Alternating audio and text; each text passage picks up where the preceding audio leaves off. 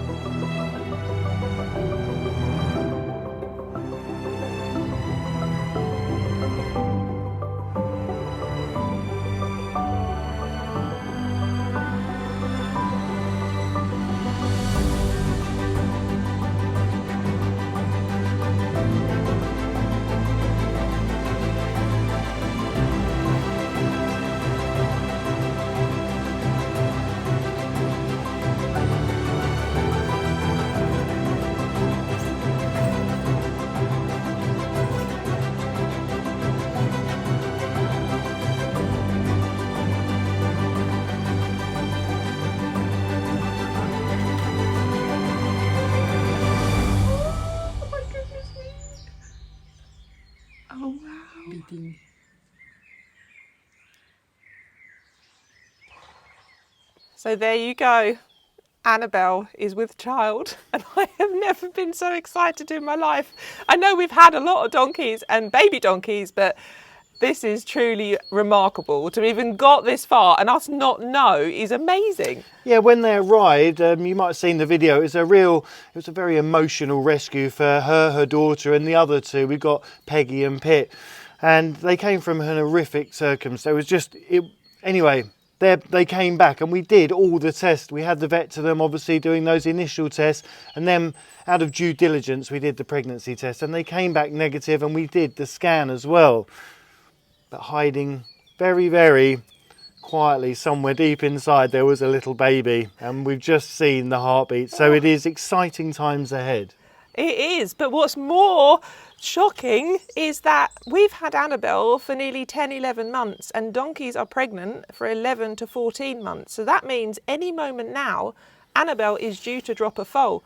And what's been incredible is she arrived, she was so malnourished that she's hidden it so well. And of course it was only the other day that I was looking at her and I thought, my goodness me, and her stomach shifted, and suddenly the penny dropped, and I was like, oh, hang on a minute. So we got the vet straight out, she scanned her, and there the baby was, looking as good as a baby can at this stage, but it's due any time now. So we're back on the CCTV, we're back watching, and yeah, just absolutely thrilled to welcome another donkey to the Moon Farm. I can't believe, well, if you're new to the channel, this is kind of normal, the unexpected, but if you've been on the journey for a while, yes, I mean, in those early days, she's such a good mother. She had the other donkey, the little Pip donkey, Peggy's daughter. She was feeding her and feeding Alice, her daughter, at the same time. And whilst being pregnant, as which well. obviously no one knew. No, it's amazing. And also, on top of that, there is a real serious element to it, and that is that there potentially could be another very rare Poitou donkey. We don't know the parentage yet. We're going to try and put it all together if we can and find out who the daddy is.